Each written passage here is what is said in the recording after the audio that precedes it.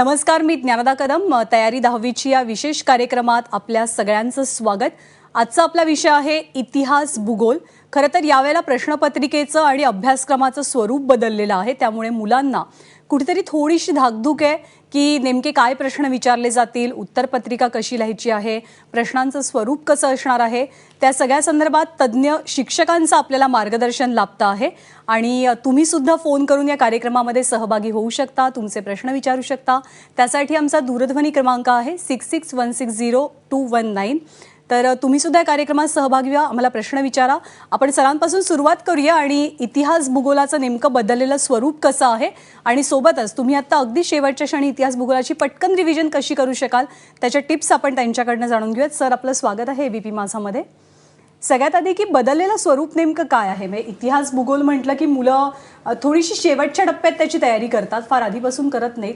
तर स्वरूप कसं बदललंय, मुलांकडनं काय अपेक्षित आहे? सर्वप्रथम या वर्षी शालांत परीक्षेला बसलेल्या सर्व विद्यार्थ्यांना माझ्याकडनं हार्दिक शुभेच्छा.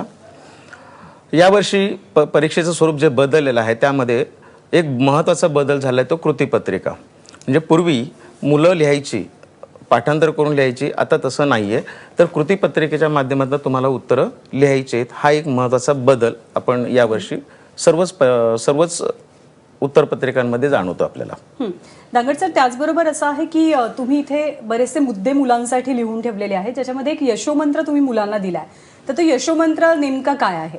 अगदी बरोबर. यशोमंत्र म्हणजे त्यात 3 आर म्हटलेला आहे. पहिला आर जो आहे तो रीडिंग, दुसरा आहे रिमेंबर आणि तिसरा आहे रिपीट. मुलांचा आता सगळा अभ्यास झालेला आहे. मग मुलांचा सगळा अभ्यास झाल्यानंतर मुलांनी काय पुस्तकाचं वाचन झालेलं आहे आणि मग आता त्यांनी जे काही वाचलंय, जे काही आत्तापर्यंत समजून घेतलंय त्याचं त्यांनी आठवण करावी, त्याचं रिमेंबर करावं आणि समजा नाही जमलं, नाही सांगता आलं तर पुन्हा रिपिटेशन करायचं. म्हणजे ही वेळ आहे ती झालेल्या अभ्यासाचं पुन्हा रिपीट करण्याची. याचबरोबर दुसरं महत्त्वाचं आणखीन एक लिहिलेलं आहे की अवांतर वाचन. मुलांनी या वर्षीचा जर इतिहास जर पाहिला असेल तर तो इतिहास यापूर्वीच्या इतिहासापेक्षा वेगळा आहे. कसा तो वेगळा आहे तर पूर्वी सनावळ्या होत्या, युद्ध होती. आता इतिहासाची संकल्पना थोडीशी बदललेली आहे. काय बदलली आहे तर पूर्वीचा इतिहास हा लढायांचा इतिहास होता आणि आत्ताचा इतिहास आहे तो मानवी जीवनाचा इतिहास आहे.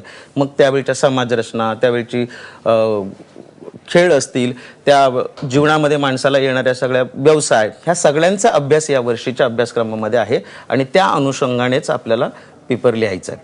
दुसरी गोष्ट, पुस्तकामध्ये अनेक चौकटी दिल्या आहेत, त्याच्यामध्ये चिंतन करायचं, त्या चौकटींचं माहितीचं संकलन करायचं, संश्लेषण आणि विश्लेषण हे सगळं केलं तर मला वाटत नाही की इतिहासामध्ये कोणालाही कमी मार्क मिळणार नाही. आता तुम्ही त्याच्यामध्ये अवांतर वाचन असं एक लिहिलेलं आहे, तर अवांतर वाचन कुठलं करणं अपेक्षित आहे मुलांनी?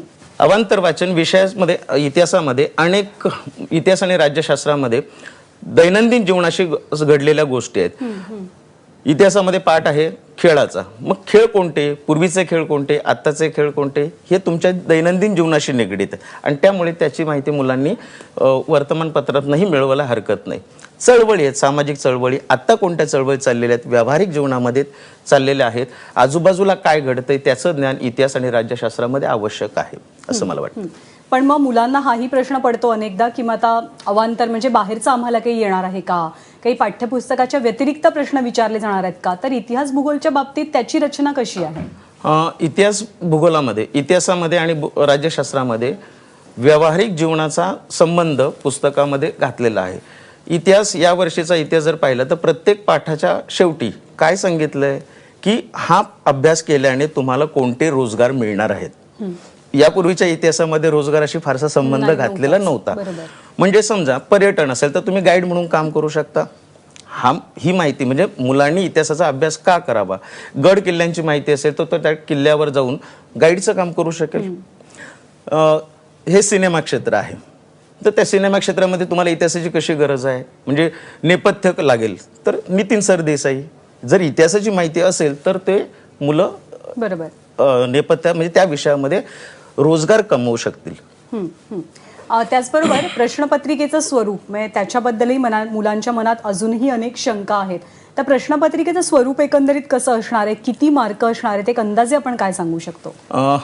मुलं सर्वांना माहितीच आहे, म्हणजे आता मुलांकडे सगळी पुस्तकं आहे, डायजेस्ट आहे, त्याच्यामधून मुलांना माहिती मिळते. मला या ठिकाणी वेगळं काय सांगायचं आहे की काय वेगळं बदल आहे. या तुम्हाला इथे दिसेल की विधानपूर्ती करायची म्हणजे पहिला प्रश्न इतिहासामध्ये असणार विधानपूर्ती. मग त्या विधानपूर्तीमध्ये 4 गुण आहेत. चुकीची जोडी दुरुस्त करा. इथे मुलांना आवर्जून मला सांगायचंय की 2 भाग असतील आणि त्या 2 भागापैकी चुकीची जोडी कोणती असेल पण तो पहिला भाग तसाच ठेवून दुसऱ्या भागातली दुरुस्ती करायची. वस्तुतः असं होऊ शकतं की जर एखादा मुलगा हुशार असेल तर दुसऱ्या भागातली दुरुस्ती पहिल्या भागातली दुरुस्ती करेल, पण तसं करायचं नाहीये. अपेक्षित आहे पहिला भाग तसाच ठेवायचा, दुसऱ्या भागातली दुरुस्ती करायची. त्यानंतर संकल्पना आणि कालरेषा, ओघ तक्ता याचा अभ्यास मुलांनी करायचा आहे. म्हणजे ही बदललेली थोडासा भाग आहे. संकल्पना स्पष्ट करा. आणि आणखीन एक महत्त्वाचा भाग आलाय तो म्हणजे उतारा दिलेला असेल त्या उतार्याखालील प्रश्न वाचून मुलांनी उत्तर लिहायचे. आता जेव्हा इतिहास भूगोलाचा मुलं अभ्यास करायला आता त्याच्यामध्ये राज्यशास्त्र म्हणजे नागरिकशास्त्र बहुधा थोडंसं मागे पडलेलं आहे असं आपण म्हणूयात आणि राज्यशास्त्राचा समावेश त्याच्यात करण्यात आलाय. सो राज्यशास्त्रामध्ये मुलांना आता पाठ्यपुस्तकातले प्रश्न तर असतीलच पण सोबतच तुम्ही जो अवांतर वाचनाचा भाग लिहिला तो राज्यशास्त्राच्या बाबतीत अधिक ऍप्लिकेबल आहे का? अगदी बरोबर आहे. मुलं ज्या वेळेला परीक्षेला जाणार आहेत तर त्या इतिहासामध्ये म्हणजे हल्ली असं होतं की मुलं 10वी नंतर इतिहास आर्ट्सला जाणाऱ्या मुलांना इतिहास आहे पण सायन्स कॉमर्सला जाणाऱ्या मुलांना इतिहासाची माहित नाही. मग कायदा कसा तयार होतो ही त्या मुलांना सांगता येत नाही. म्हणजे एक असा नागरिक आपल्याला जर घडवायचा असेल तर राज्यशास्त्रामध्ये अवांतर वाचन आवश्यक आहे. दुसरी गोष्ट की तिथे तुम्हाला स्वमत लिहायचं आहे. मुक्त प्रश्न असणार आहेत की अमुक एक प्रसंगी तुम्ही काय कराल. तर त्यावेळेला उत्तर लिहिताना वाक्याचा कर्ता हा मी असला पाहिजे, क्रियापद तुमचं असलं पाहिजे, पण पुस्तकातला घटक हा मध्ये असला पाहिजे. अच्छा, मग तुम्ही याचं एखादं उदाहरण देऊ शकता का मुलांना पटकन समजेल असं? हां, आता एक उदाहरण आपण घेऊया की सामाजिक चळवळी तुम्हाला स्त्री सक्षमीकरणाच्या संबंधामध्ये कोणत्या चळवळींची माहिती तुम्ही तुमचं मत सांगा. पुस्तकामध्ये अनेक चळवळी दिलेल्या आहेत त्याप्रमाणे आत्ता सध्याच्या काळामध्ये असलेल्या स्त्री सक्षमीकरणाच्या बाबतीत काही अनेक चळवळी आहेत. मग त्यामध्ये राईट टू पी असेल, राईट टू मी टू असेल, याही चळवळी ह्या मुलांना माहिती असल्यास तर ती मुलं चांगली छान उत्तरं लिहू शकणार आहेत. आता असे की जेव्हा म्हणजे भाषेचा हा प्रश्न येत नाही, मराठी आणि इंग्रजीचा आपण लिहायला जातो तेव्हा ते बोली भाषेतलं असतं, पण आता सामाजिक शास्त्र जेव्हा आहे तेव्हा ते शब्द तिथे नीट येणं अपेक्षित आहे मुलांकडे जेव्हा मुलं स्वमत मांडतात. तर ह्याचा सराव मुलांनी कसा करायचा? त्यासाठी सर्वात अगोदर मुलांनी पाठ्यपुस्तकाचं व्यवस्थित वाचन करावं. त्यानंतर पेपर्स प्रश्नपत्रिका असतील, बाजारात संच उपलब्ध होतात आणि त्या प्रश्नपत्रिका किमान प्रत्येक विषयाच्या 3 प्रश्नपत्रिका त्याने सोडवाव्यात. त्यांच्या शिक्षकांकडनं तपासून घ्याव्यात आणि पहिल्या पेपरमध्ये झालेल्या चुका दुसऱ्या पेपरमध्ये टाळाव्यात. नवीन चुका केल्या चालतील पण जुन्या चुकांचं रिपिटेशन नको.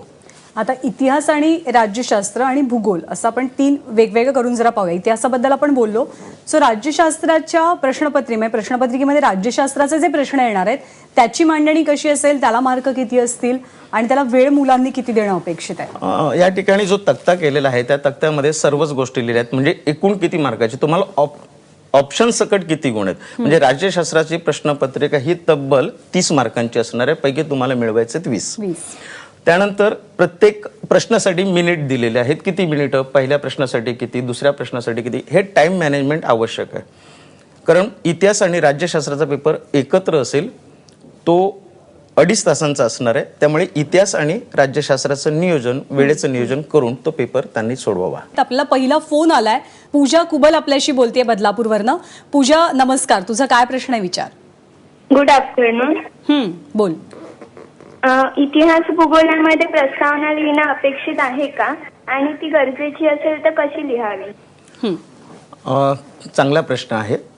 दीर्घोत्तरी प्रश्न लिहिताना, प्रश्नांचे उत्तर लिहिताना प्रस्तावना थोडक्यात मांडायचे. म्हणजे समजा तुम्हाला विचारलंय की मासवादी लेखनाची तत्व स्पष्ट करा. तर मासवादी लेखन मग कालमासात थोडासा तुम्हाला उल्लेख करावा लागेल आणि त्यानंतर कशा पद्धतीने इतिहासाचं लेखन केलं जातं त्याची वैशिष्ट्ये आणि उद्दिष्टे तुम्हाला त्यात लिहावी लागतील.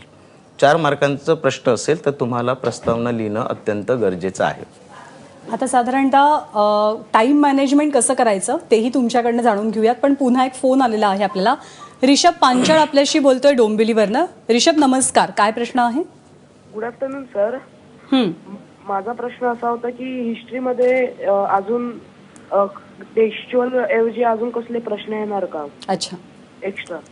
नाही, प्रश्न नाही कळला मला. आवाज कमी. अवांतर काही प्रश्न येणार का, म्हणजे टेक्स्टबुक खेरीज काही प्रश्न येणार आहेत नाही, का? टेक्स्ट बुक खेरीज प्रश्न येणार नाहीत, पण पुस्तकामध्ये ज्या चौकटी दिलेल्या आहेत त्या चौकटीवर मात्र प्रश्न विचारले जाऊ शकतात किंवा त्या अनुषंगाने प्रश्न विचारले जातील. अवांतर प्रश्न येणार नाहीत. टाइम मॅनेजमेंट कसं असावं, कारण साधारणतः 60 मार्कासाठी मुलांना 2-2.5 तासांचा वेळ आहे, तर ते म्हणजे तसं बघायला गेलं तर बराच वेळ आहे, तर टाइम मॅनेजमेंट कसं असायला हवं? या ठिकाणी बोर्डवर तुम्ही पाहाल की प्रत्येक विषयाला कोणत्या पद्धतीने किती वेळ द्यायचा आहे. म्हणजे प्रश्न इतिहासामध्ये प्रश्न पहिला विधानपूर्ती असेल तर 4 मार्कांसाठी 2 मिनिटाप्रमाणे 8 मिनिटं, चुकीची जोडी ओळखा आणि दुरुस्त करा 10 मिनिटं. याप्रमाणे सर्व प्रश्नांना किती अपेक्षित वेळ आहे त्याप्रमाणे तो इथे नोंदलेला आहे. इतिहासासाठी 95 मिनिटं तुम्हाला एकूण लागतील आणि राज्यशास्त्रासाठी तुम्हाला वेळ लागेल तो 50 मिनिटे. म्हणजे तुमच्याकडे 145 मिनिटं आणि 5-1 मिनिटं आणखी थोडंसं याच्यात नियोजनामध्ये थोडंसं आणखी तुम्हाला काम करावं लागेल की जेणेकरून तुमचं पेपर 1 तास 40 मिनिटांमध्ये पूर्ण झाल्यानंतर 10 मिनिटं तुम्हाला तपासणी वगैरे करण्यासाठी पुढचा बंद असतील. फोन आपण घेऊया. तनिष्का मिश्रा आपल्याला प्रश्न विचारते. तनिष्का, बोल, काय प्रश्न आहे?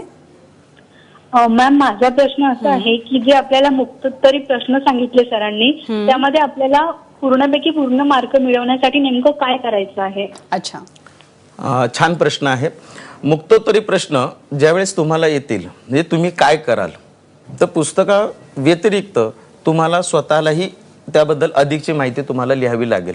उदाहरणार्थ मगाशी म्हटलं की सामाजिक चळवळी कोणत्या, तर सामाजिक चळवळीमध्ये तुम्हाला अगदी अलीकडचे उदाहरण जर दिलं तर त्यामुळे निश्चित काय होईल, परीक्षकाला तुम्ही अद्ययावत आहात असं कळेल आणि तो अधिक मार्क देईल. म्हणजे पैकीच्या पैकी मार्क तुम्हाला मिळू शकतात. आणि ते पाठ्यपुस्तका व्यतिरिक्त जाऊनही तुम्ही स्वतःचा विचार केलेला आहे तेही कळेल.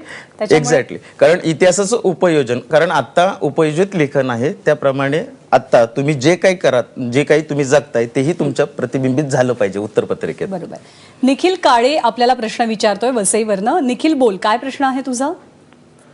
आयडेंटिफाय द रॉंग पेअर जे असतं त्याच्यामध्ये 4 जोड्या दिलेल्या असतात, तर उत्तरपत्रिकेत लिहिताना 4 जोड्या लिहायच्या की फक्त चुकीचा पेअर लिहून तो करेक्ट करायचा? अच्छा.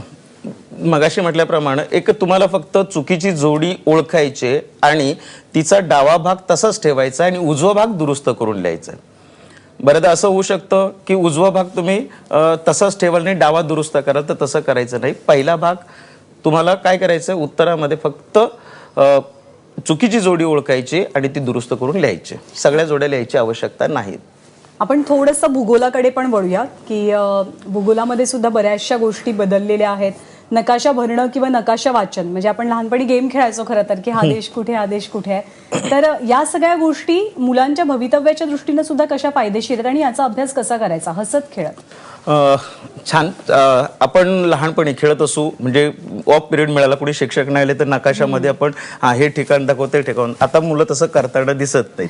त्यामुळे नकाशा भरताना मुलं अगदी हनुमंताने फक्त डोंगर उचलला, ही मुलं देशच्या देश उचलतात किंवा शहराच्या शहरं उचलतात. तर तसं व्हायला नको. आपल्याला काय करता येईल, यावर्षी तुम्हाला जर भूगोल पाहिला असेल तर एका बाजूला भारत आहे आणि दुसऱ्या बाजूला ब्राझील. कम्पॅरेटिव्ह स्टडी करा. भारतात म्हणजे तुम्ही टिपण काढायला शिकलं पाहिजे. टिपण काढताना काय करा, एका बाजूला तुम्ही घटक लिहा, दुसऱ्या बाजूला भारत, ब्राझील. मग त्याच्यामध्ये सारखेपणा काय, त्याच्यामध्ये वेगळेपणा काय, असा जर अभ्यास प्रत्येक धड्यावाईज, म्हणजे तुम्ही लोकसंख्येच्या बाबतीमध्ये घ्या, व्यवसायाच्या बाबतीत घ्या, छान अभ्यास होईल आणि कम्पॅरेटिव्ह म्हणजे तुमचं तुम्हाला कळेल. कैवल्याचा फोन आला आपल्याला, कैवल्य कुंभारचा मुंबईवरनं. कैवल्य, बोल, तुझा प्रश्न विचारशील. धड्याच्या खालचे प्रश्न धड्याच्या खालचे प्रश्न करायचे का? सर, अगदी थोडक्यात उत्तर देऊयात आपण कैवल्याला. धड्याच्या खालचे प्रश्न करायचे का? हो, धड्याच्या खालचे शेवटच्या क्षणी आपण सगळंच करायला हवं. धड्याखालचे आणि हे महत्वाचं ते महत्वाचं नाही, सर्वच काही महत्वाचं असतं. आणि मुळात असं आहे की तुम्ही आनंदासाठी सगळं केलं तर तुम्हाला परीक्षेत हे करायला हवं ते करायला हवं असं म्हणायला नको. नक्की सगळा अभ्यास करणं खूप महत्वाचं आहे. खरं तर प्रश्न कोणतेही येऊ शकतात. सगळा अभ्यास नीट झालेला असेल तर तुम्ही घाबरून जाणार नाही, अगदी कॉन्फिडेंटली पेपर देऊ शकाल. सरांसोबत सुरू असलेली चर्चा अशीच सुरू राहील, पण एका छोट्याशा ब्रेकनंतर पाहत रहा तयारी 10वीची.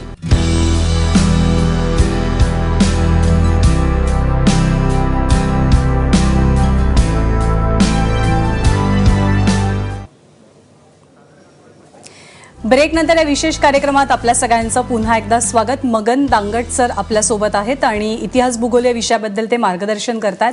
सागर आपल्याशी बोलतोय. सागर नमस्कार, काय प्रश्न आहे तुझा? Good morning sir. नमस्कार. जे राज्यशास्त्रामध्ये मुक्तोत्तरी प्रश्न असतात ना, त्याच्यात प्रस्तावना लिहिणे आवश्यक आहे का? अच्छा, रिपीट आहे खरं तर प्रश्न, पण आपण थोडक्यात सांगूया. ओके. प्रत्येक उत्तराला तुम्ही प्रस्तावना 2 ओळींची 3 ओळींची लिहायला हरकत नाही. त्यामुळे तुमचं उत्तरामध्ये विषय प्रवेश करणं तुम्हाला सोपं जातं. कौशल सदावर्ते पुढचा प्रश्न विचारतोय. कौशल बोल, तुझा काय प्रश्न आहे? Good afternoon. मला ऍक्च्युली हिस्ट्रीच्या पेपरमध्ये एक डाऊट होता की आता सपोज आन्सर इन डिटेल किंवा एक्सप्लेन द कन्सेप्ट असेल तर त्याच्यात आपल्याला एक्झॅक्ट जे टेक्स्टबुक मध्ये जे वर्ड्स वापरले आहेत तेच यूज करायचे की आपण स्वतःच्या शब्दात पण ते सगळे पॉइंट्स मांडले मिळतील मार्क्स? अच्छा, चांगला प्रश्न आहे. आपल्याला असं पाहता येईल की ज्या वेळेला आपण पहिले 2 धड्यांवरती जर प्रश्न विचारले गेले म्हणजे इतिहास लेखनाची वैशिष्ट्ये उद्दिष्टे, तर ती लिहिताना मात्र ती त्याच शब्दांमध्ये लिहायला जावीत. ती तुमच्या भाषेमध्ये लिहायची नाहीत. मुक्तोत्तरी प्रश्न आहेत ते तुमच्या शब्दामध्ये लिहिले तरी चालणार आहेत. आता जेव्हा अगदी शेवटच्या टप्प्यात म्हणजे अवघे काही दिवस परीक्षेसाठी राहिलेले आहेत तेव्हा इतिहास भूगोलाची उजळणी कशी करायची आणि रोजच्या रोज अभ्यास कसा करायचा मुलांनी?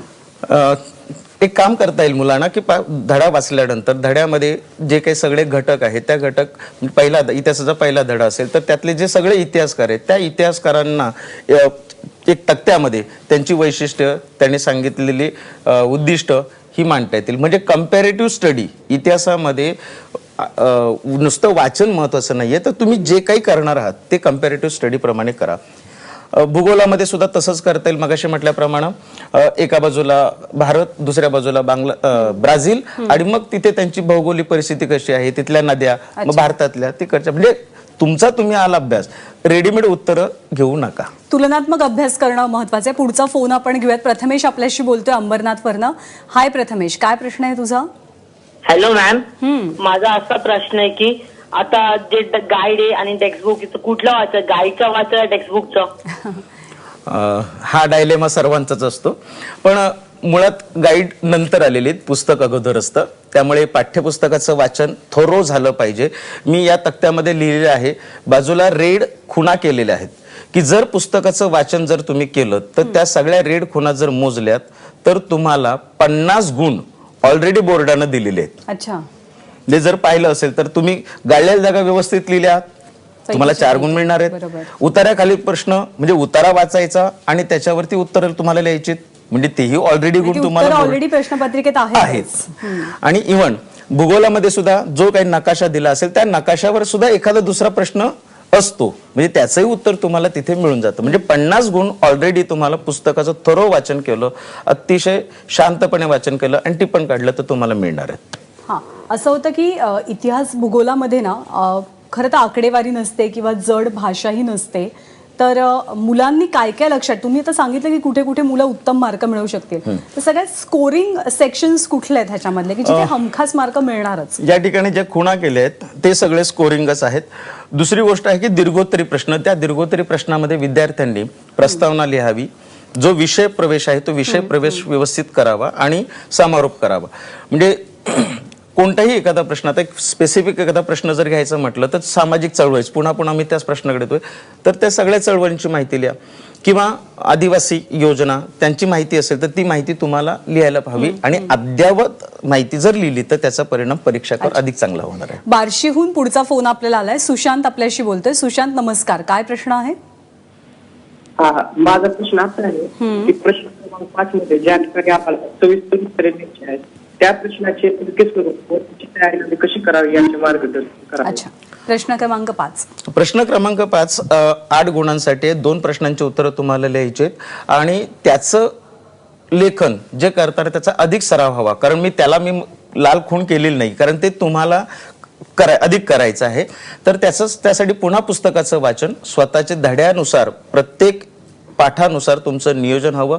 तुम्ही टिपण काढा. आता वाचल्यानंतर तुम्ही वाचन झालेलं आहे, फक्त तुम्हाला टिपण काढायचंय आणि ते तुमच्या शब्दामध्ये मांडायचंय आणि ते तुमच्या शब्दामध्ये तुम्ही लिहिलं तरी निश्चित, कारण त्यातही मुक्तोत्तरी प्रश्न आहेत की जिथे तुम्हाला काय वाटतं, म्हणजे पर्यावरण संवर्धन करण्यासाठी तुमचं मत काय, तर आता हा जनरल प्रश्न झालेला आहे. पुस्तकात तर दिलेलाच आहे, पण त्या व्यतिरिक्त तुम्ही स्वतःची काही कल्पना मांडली तर त्याचं स्वागतच असणार आहे. सर, तुम्ही खूप छान पद्धतीने सांगितलं की इतिहास आणि भूगोल याचा अभ्यास कसा करायचा. बदललेलं स्वरूप आहे ते मुलांच्या फायद्यासाठी अधिक हितकारक आहे. आज तुम्ही आलात, वेळ दिलात आणि सगळ्या संकल्पना अगदी कुठलाही डाऊट मुलांच्या मनात राहणार नाही अशा पद्धतीने समजावून सांगितलात. त्याबद्दल मनापासून धन्यवाद. धन्यवाद. आणि पुन्हा एकदा सर्व शालांत परीक्षेला बसलेल्या सर्व विद्यार्थ्यांना माझ्याकडनं हार्दिक शुभेच्छा. उदंड यश लाभो.